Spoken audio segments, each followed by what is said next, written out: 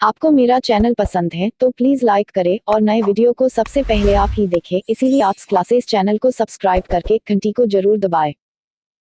चलिए नमस्कार, आप सभी को आपके ही अपने YouTube चैनल आर्ट्स क्लास के ऊपर में स्वागत है। मैं भारती सर पटना बिहार से। आज हम लोग पढ़ेंगे क्लास 10th का जो ज्योग्राफी का फर्स्ट चैप्टर है, जिस चैप्टर का नाम है भारत संसाधन एवं उपयोग। तो इसमें संसाधन और संसाधन के क्लासिफिकेशन और जितने भी तमाम तरह के पृथ्वी सम्मेलन है और पृथ्वी सम्मेलन में क्या क्या बात विवाद हो रहा है वो सारी चीजों को देखेंगे। तो ये आपका पहला चैप्टर का पहला वीडियो क्लास है और बिल्कुल बारीकी से समझना है, क्योंकि अगर आप 20 से 25 मिनट समय देंगे तो आप पूरा का पूरा फील कर लेंगे कि पूरे YouTube पर सबसे बेस्ट क्लास है। ऐसे अगर बोलेंगे तो आपको लगेगा कि सर बकवास आप कर रहे हैं। जब आप आज के क्लास अगर पूरा देखेंगे तो आप फील करने लगेंगे। तो चलिए सबसे पहले आज वीडियो को शुरू करें, लेकिन इससे पहले आपको ये मान लेना है, ये ठान लेना है कि हम 10वीं की तैयारी नहीं करें, क्योंकि ये 10th क्लास का जो NCERT है यही चीज फिर आप एक बार आप बड़े होकर के जब आप ग्रेजुएशन फाइनल हो जाएंगे आप, और अगर आप यूपीएससी की तैयारी करेंगे तो फिर से आपको वहां भी ये चीजें पढ़ना पड़ेगा। और वहां पर ये सिलेबस में काफी सारे जो है यहां से भी सवाल बनते हैं संसाधन से। तो क्यों ना आज हम 10th में इसको खलास कर देते हैं, पूरा निचोड़ कर करके पूरा एनसीईआरटी के थ्रू एकदम हाई लेवल में जा कर करके कि फिर जीवन में जो है कि संसाधन जब देखे तब पूरा मुस्कुराए। तो चलिए अब हम लोग बढ़ते हैं। आपको लग रहा होगा कि सर इतना बड़ा लंबा सिलेबस लिख दिए है संसाधन का, इतना बड़ा परिभाषा डेफिनेशन याद होगा क्या? तो हम कह भी नहीं रहे कि आपको आज याद करना है। आज अगर आप 10वीं के होंगे तो आपके लिए तो एक लाइन का आंसर है जो बोलेंगे आपको याद। आप कहेंगे कि बोलेंगे याद, कहूं जादू मंत्र का आप जानते हैं, तो जी जादू जानते हैं, ध्यान से सुनेंगे। आपको बस एक लाइन याद रखना है कि जो मनुष्य की आवश्यकता के पूर्ति करे वो हर वस्तु हो, वो कुछ हो रहेगा, चाहे कोई वस्तु हो, चाहे कोई आदमी रह जाए, चाहे मुर्गा पुलाव कुछ हो रह जाए, वो संसाधन है। तो ध्यान सुनेंगे, मनुष्य की आवश्यकता के पूर्ति करने वाला कोई भी वस्तु क्या कहलाएगा? संसाधन। ये आपको याद रखना है। बोलिए भारी है, एकदम हल्का है, लेकिन अगर आप इतना बढ़िया एकदम सुंदर सुथर साथर अगर एकदम आप डेफिनेशन याद रखते हैं तो ये ऐसा डेफिनेशन है कि आपको फिर यूपीएससी में भी अगर चले जाएंगे तो इसी तरह से अगर नोट्स बनाएंगे इसको टोर कर कर करके मजा आ जाएगा। चलिए ये क्या लिख दिए हैं, खाली बक रहे हैं, इसको हम समझाएं। अब ये ध्यान से सुनेंगे एक एक बातों को।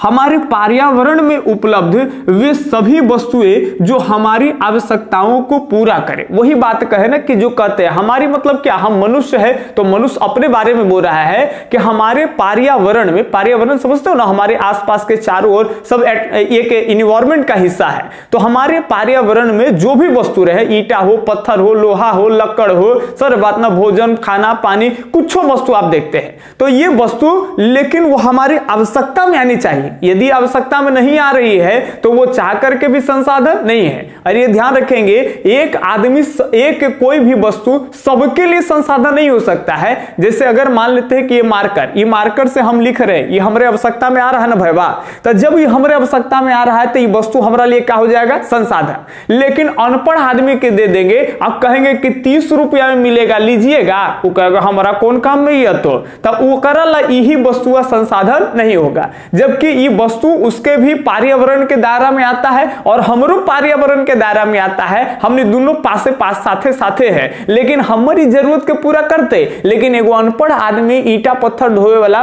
ओकरा ही जरूरत के पूर्ति न करेगा तो ओकरा लिए ये संसाधन नहीं है। अब जैसे मान ले कि हमने 2 आदमी है, हम ही भैया मांसाहारी सर्वाहारी टाइप के, हम एकदम मुर्गो खाइब, हम जैसे कि सागो सब्जी खाते हैं, और मान लेते हैं एक ऐसा आदमी है, चाहे आप ऐसा आदमी है कि आप शाकाहारी है, और आपको दिखाएंगे एकदम पूरा जैसे कि बड़का गो मुर्गा के टांग लेग पीस दिखाएंगे तो कहे हम नहीं खाते हैं। तो ये आप नहीं खाते हैं, आपके यूज में नहीं आ रहा है तो आपके लिए संसाधन है ये नहीं है। हम मार के एकदम कबार देते हैं तो हम खाएंगे, और लेकिन ओकरा खरीदे भर हमरा पैसों है, मनो इच्छो है, समझ रहे बात ना?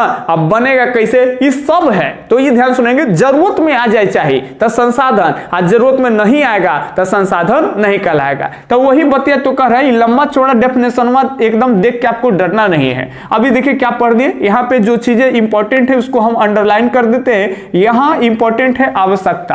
अब ध्यान से सुनेंगे, हमारे पर्यावरण में उपलब्ध वे सभी वस्तुएं जो हमारी आवश्यकताओं को क्या करे सर, तो पूरा करे या पूरा कर सके, उसी को क्या कहते हैं, संसाधन। इतना ही आपका डेफिनेशन क्लियर है। लेकिन यदि हम इसको अगर बढ़ाते हैं तो आज 10th क्लास के ही लिए नहीं बल्कि आगे के एग्जाम के लिए भी और 10वां में कहे तो एकदम बेहद खूबसूरत जो डेफिनेशन है वो तैयार हो जाएगा। इसको कोई माइका लाल काट नहीं सकता है। तो काहे भाई आज ही क्लियर काहे ना कर लें। चलो अब ध्यान से सुनेंगे। कहते हैं कि जिसको बनाने के लिए प्रौद्योगिकी उपलब्ध हो, माने ऐसा कोई चीज, अब बहुत सारे ऐसे चीज होते हैं कि जिसको हम जरूरत में लाएंगे, जरूरत तो है लेकिन लाने के लिए उसको टेक्नोलॉजी चाहिए। बिना टेक्नोलॉजी के हम उसको पूर्ति नहीं कर सकते। जैसे भगवान हमको संसाधन थोड़ी न दिए हैं। कई लोग कहने के लिए यह भी कह देते हैं कि प्राकृतिक हमें अमूल्य उपहार जो है कि एकदम दिए हैं। अमूल्य का मतलब कोई मूल्य नहीं लगा सकता है, अमूल्य गिफ्ट प्रदान किए हैं ये खनिज संसाधन, लोहा कोयला ये सब। तो जो संसाधन कहते हैं कि ईश्वर ने हमें भरपूर मात्रा में जो है संसाधन दिए हैं, तो ये लाइन गलत है, बिल्कुल गलत है। चूंकि भगवान हमको केवल वस्तु दिए हैं, भगवान संसाधन नहीं दिए हैं। वस्तु को तो संसाधन अगर कोई बनाता है तो वो मानव है। अब यहां से देखिए कि आज से लगभग पहले अगर प्राचीन काल में जाते हैं, बहुत पहले चले जाते हैं, जिस समय आविष्कार खोज कुछ नहीं हुआ था, उस समय जाकर के अगर झांकते हैं, बैलगाड़ियां चलती थी, कच्ची सड़कें होते थे, तो उस समय कोई कहेगा पेट्रोल। तब बताइए पेट्रोल को कोई यूज लाएगा? जब गाड़ी हेबे नहीं किया, पहिया का निर्माण होबे नहीं किया, विकास होबे नहीं किया, चक्का उक्का कोई इंजन उंजन नहीं आया है, आप पेट्रोल डाल के मुंह में पी के उड़े लगेंगे? नहीं ना। तो उस समय पेट्रोल एकदम जरूरत में नहीं आता था। तो ऐसा थोड़ी ना था कि उस समय पेट्रोलियम नहीं था, पेट्रोलियम का तो भंडार है ही था, लेकिन यूज में नहीं लाए। तो उस समय वो जो है क्या संसाधन कहलाया? नहीं कहलाया। तो उस समय संसाधन नहीं कहलाया, लेकिन आज इसकी जरूरत है तो ये संसाधन है। अब चलिए ध्यान से सुनेंगे, मैंने जरूरत में आना चाहिए। अब ये आने के लिए ध्यान रखेंगे तकनीक उपलब्ध होना चाहिए। प्रौद्योगिकी को क्या कहते हैं? तो तकनीक कहते हैं। तो ऐसा कोई टेक्नोलॉजी है भाई कि हम उसको जैसे पृथ्वी के नीचे छिपा हुआ है और तकनीक के माध्यम से उसको हम निकाल ले रहे हैं। सर बात ना, तो टेक्नोलॉजी उपलब्ध होना चाहिए। जब निकलेगा नहीं तो यूज में कैसे आएगा? पेट्रोलियम से तकनीक रहेगा तो पेट्रोल, डीजल, किरोसिन सब अलग कर लेंगे। तो जहां किरोसिन यूज करना होगा, करासन तेल समझते हो ना, ओकरे कहते हैं। तो करासन तेल जहां यूज करना होगा करासन तेल में कर लेंगे, पेट्रोल निकाल लेंगे, अलग कर लेंगे। तो ये सब टेक्नोलॉजी से न होगा, तकनीक से न होगा।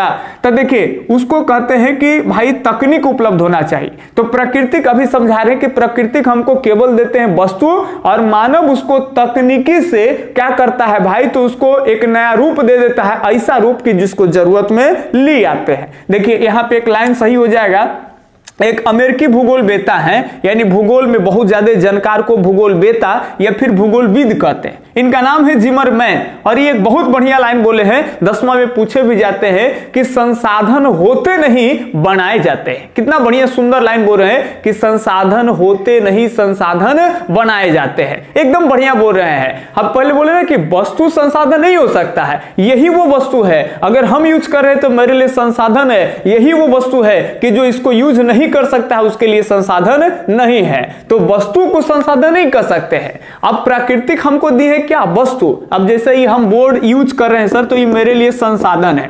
तो क्या ये संसाधन ईश्वर दिए हैं? नहीं, ईश्वर हमको वस्तु दिए थे। जैसे पेड़ पौधे थे वो प्राकृतिक रूप से जंगल उभरे थे। अब उस जंगल को मनुष्य को हमको चाहिए इस तरह का बोर्ड, तो उसको पेड़ पौधे को काट काट के अलग अलग रूप बना दिए, उसको अलग से जैसे कि एकदम पलाई बना दिए, पलाई एकदम पूरा अलग पतला उतला कर करके ओकरा ठोक ठाक करके, कील अलग था, लोहा का अंश अलग था, उसको जैसे कि कील के रूप में बदले टेक्नोलॉजी के माध्यम से, और कील लाए, पलाए लाए और सब ठोक ठाक कर करके एगो बोर्ड बना दिए। तो ये बना है कि बनल मिला था? भगवान थोड़ी ना हमको एगो बोर्ड गिरा दिए कि ले रे भर्ती है, एकरा पर तोरा लिखेला होगा, ऑनलाइन वीडियो बनावेला होगा, आ एगो ऊपर से बोर्ड चुआ देखिए नीचे धरती पर, ऐसा नहीं है। तो इसको मनुष्य के इसको जरूरत के लिए मनुष्य क्या किया है कि इसको बनाया है। तो कितना बढ़िया लाइन बोल रहे हैं भूगोलविद जिनका नाम है जिमरमैन कि संसाधन संसाधन वास्तव में होते नहीं, संसाधन को क्या किए जाते हैं, बनाए जाते हैं। तो ये पूछा जाएगा कि संसाधन होते नहीं बनाए जाते हैं, ये कथन किनका है, तो प्रसिद्ध भूगोलवेत्ता जिमरमैन का है। चलिए अब आगे बात करते हैं। अभी एनसीईआरटी के इस परिभाषा को और बेटर करने के लिए समझेंगे इसको कि इसको बनाने के लिए प्रौद्योगिकी उपलब्ध हो और आर्थिक रूप से संभव हो और सांस्कृतिक रूप से स्वीकार हो। यहाँ पे दो चीजें पे हम लोग ध्यान रखेंगे, बात को जो अंडरलाइन किसको समझेंगे।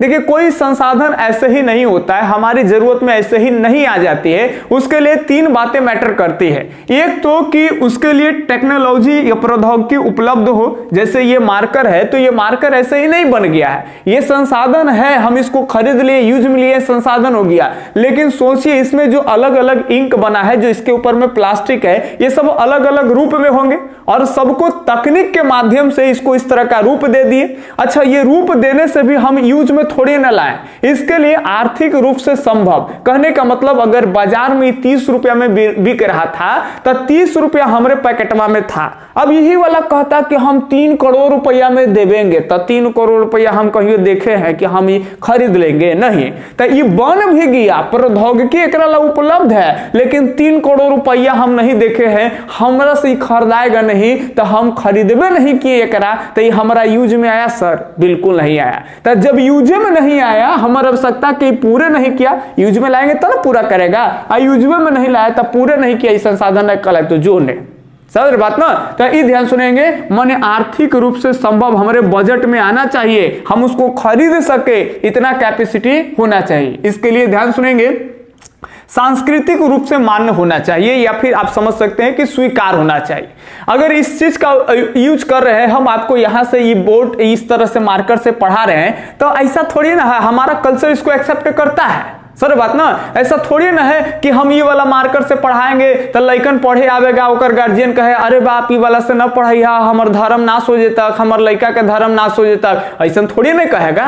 तो इससे जब हम लिख रहे हैं तो समाज एक्सेप्ट कर रहा है, बड़ा बोर्ड लगा के यहाँ पे जब लिख रहे हैं तो दूर दूर तक के बच्चा अगर बैठेगा 50 को 100 को 200 300 तो वो देख करके पढ़ सकता है। तो समाज में इसका किसी भी प्रकार के कोई दिक्कत नहीं है कि समाज के आदमी इसको एक्सेप्ट नहीं करेगा, बिल्कुल करेगा। ये तो और अच्छा हो गया कि जब चौक से एक के कॉपी पर या स्लेट पे लिखेंगे तो कम बच्चा को पढ़ा पाएंगे, और इस पे लिखेंगे तो ज्यादा बच्चा को एक साथ पढ़ा पाएंगे। तो समाज इसको स्वीकार कर रहा है, तब जाके ये क्या कहलाएगा, तो संसाधन कहलाएगा। सर बात ना, जैसे समाज अगर स्वीकार नहीं करता है तो कई लोग उसको यूज में नहीं लाता है, तो जब यूज में नहीं लागा तो संसाधन नहीं कहलाएगा। जैसे हमारे समाज में अगर मान लेते हैं कि एकदम एगो कैसे, तो एगो मैडम हथुन जे दम तनी तनी गो कपड़ा पहनथुन, कैसे तो उर्फी जावेद करके नाम है उनका, और बड़ी मॉडलाइज है। अगर आप नहीं देखें तो यूट्यूब पे आ ही गए तो सर्च करके देख लेंगे, उर्फी जावेद ये कुछ ऐसी करके नाम है उनका, उर्फी मैडम के।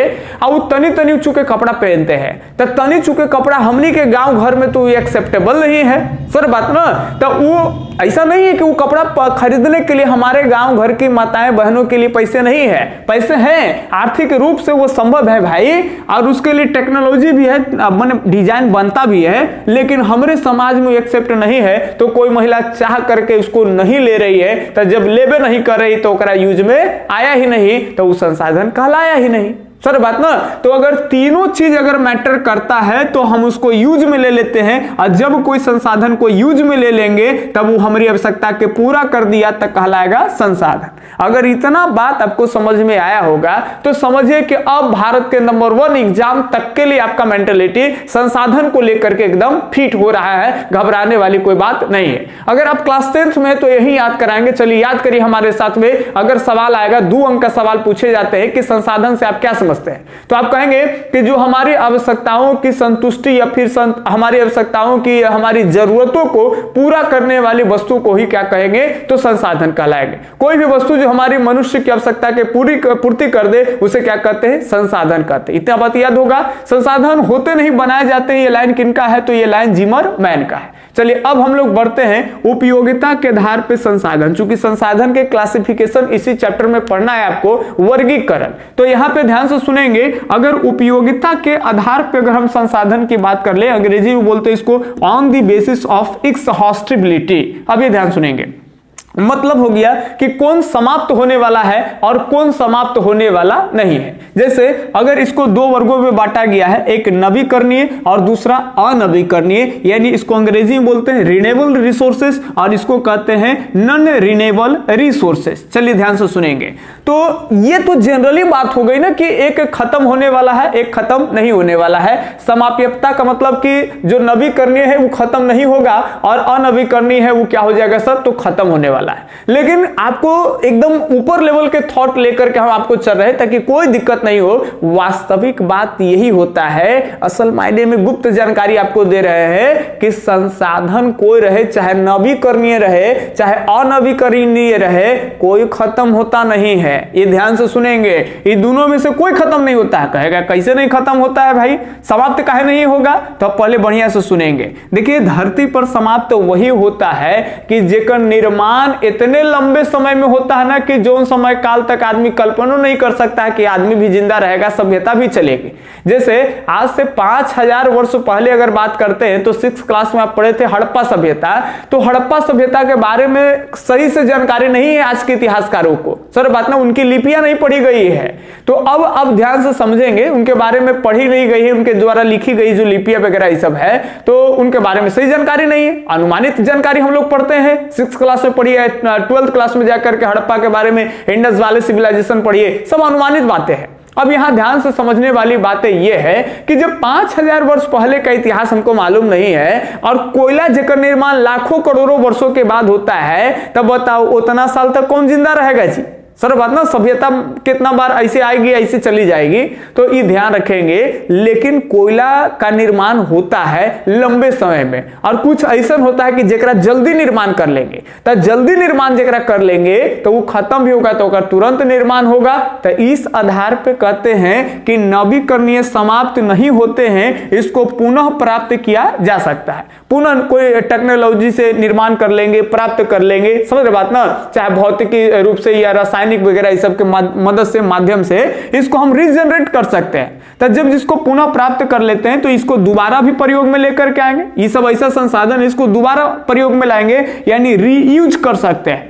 लेकिन अनवीकरणीय को ना तो रीयूज कहते हैं और इसके निर्माण की बात कर ले तो काफी लंबे समय अवधि काल में एकदम जटिल प्रोसेस से होता है। अब कहोगे कि लंबे अवधि और जटिल प्रोसेस नहीं समझे सर, अरे आप ही को तो समझाने के लिए आए हैं सर, पागल बनल है। चलिए यहां ध्यान सुनेंगे, जैसे बात के समझिएगा कि एकरा में आता है सौर ऊर्जा, पवन ऊर्जा, जल विद्युत। जैसे सौर ऊर्जा की अगर हम बात कर ले तो इसमें आप जानते होंगे कि एक जो है सोलर प्लेट होता है और उस पे क्या होता है कि सूर्य की रोशनी पड़ती है और जब सूर्य की रोशनी पड़ती है तो विद्युत ऊर्जा का निर्माण हो जाता है सोलर प्लेट के माध्यम से।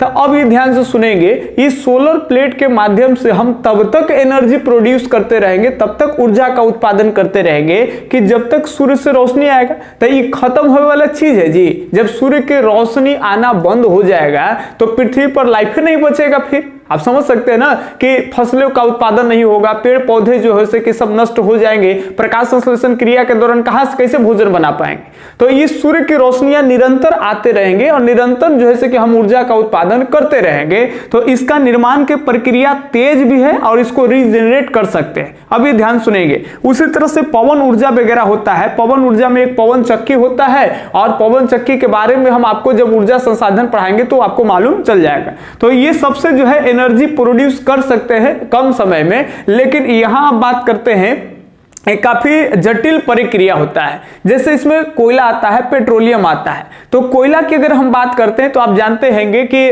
धरातल के नीचे जब जंगल दब जाता है तो जंगल पृथ्वी के नीचे दब जाता है तो काफी लंबे समय के बाद क्या होता है कि उस दबे हुए भागों में अपघटन क्रिया के दौरान क्या होता है कि उसमें धीरे धीरे धीरे धीरे कार्बन की मात्रा आनी शुरू हो जाती है और वही लाखों करोड़ों वर्ष बीतने के बाद वो धीरे धीरे कार्बन की मात्रा इतना आ जाती है कि वो कोयला कोयला बन जाता है। तो ये तो कम समय नहीं है, बहुत लंबे समय लग रहा है, तो इसको कहेंगे जटिल प्रक्रिया। और बाकी मानव की बात कर ले तो मानव तो एगो बानर के समान होता है, जेकरा में पैसेंस का अभाव होता है। कभी परिस्थिति आएगा तो आप देख लीजिएगा कि चाहे लड़का हो या लड़की, जरूर पैसेंस का अभाव होता है। अब कहेंगे कि सर आप ऐसा काहे कर रहे हैं, एक पर एक आदमी है पैसेंस रखे वाला। अब तुम जान भी गए भैया कि पेड़ पौधा को नीचे जंगल नीचे डाल देंगे तब कोयला बनता है। तो क्या किया, खूब जंगल काट करके जेसीबी से खन दिया, नीचे डाल दिया, ऊपर से मिट्टी के तोप दिया कि रूप कोयला बना देंगे। बीते दे 1 साल 1 लाख, अभी बीते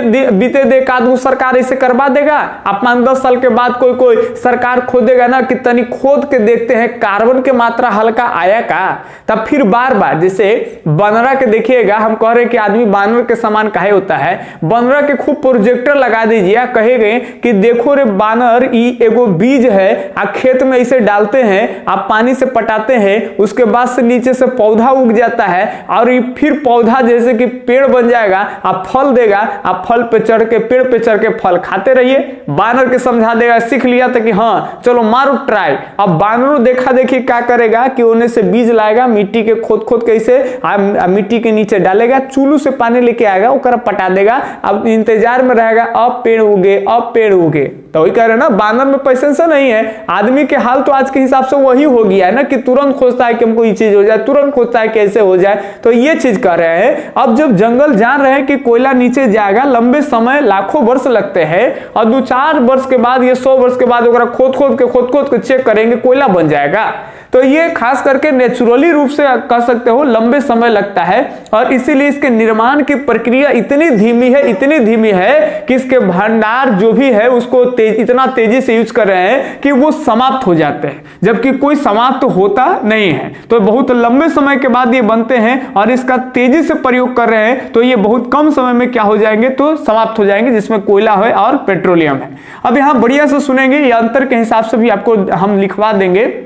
अभी देखिए, नवीकरणीय में जल विद्युत, सौर ऊर्जा, पवन ऊर्जा ये सब आते हैं, ज्वारीय ऊर्जा वगैरह ये सब आते हैं। तो थोड़ा सा देखिए इसको कि जब ऐसे संसाधनों का हम यूज करेंगे सर, तो कोई जो है कि प्रदूषण आपको नहीं होने वाला है। आप सौर ऊर्जा देखेंगे, सोलर प्लेट से जब एनर्जी आप प्रोड्यूस करते हैं तो क्या वो धुआं आता है, क्या पर्यावरण में कोई प्रदूषण वगैरह फैलाता है जी, धुआं छोड़ता है? नहीं। लेकिन आप कोयला जरी जलाइएगा, ये पेट्रोलियम यूज करेंगे, इन सबसे जो है हमारा पर्यावरण प्रदूषित होता है, यानी इससे प्रदूषण होगा और इससे प्रदूषण नहीं होगा। तो काफी सारे बात हम कर दिए। अब इसको आपको लिखेंगे कि उपयोगिता के आधार पर संसाधन कितने प्रकार के होते हैं, तो 2 प्रकार के, नवीकरणीय और एक अनवीकरणीय। नवीकरणीय जिसको रिन्यूएबल रिसोर्सेज कहते हैं, अनवीकरणीय जिसको नॉन रिन्यूएबल रिसोर्सेज कहते हैं। इसको पुनः प्राप्त कर सकते हैं, लेकिन इसको पुनः प्राप्त नहीं किया जा सकता। इसके निर्माण की जो अवधि है वो काफी लंबे और जटिल प्रक्रियाओं के द्वारा इसका निर्माण होता है। इसके अंतर्गत सौर ऊर्जा, पवन ऊर्जा और जल विद्युत ऊर्जा, ज्वारीय ऊर्जा इत्यादि आते हैं। इसके अंतर्गत कोयला, पेट्रोलियम या फिर कोई ईंधन आते हैं। ठीक है, इसको यूज में लाने से यानी प्रयोग में लाने से प्रदूषण जो है वो नहीं होते हैं, और इससे प्रदूषण जो है वो होते हैं। अब 1 नंबर का ऑब्जेक्टिव आपसे पूछा जाएगा कि कोयला किस प्रकार का संसाधन है, बताओ नवीकरणीय है कि अनवीकरणीय है? एकदम इजी है, भर देंगे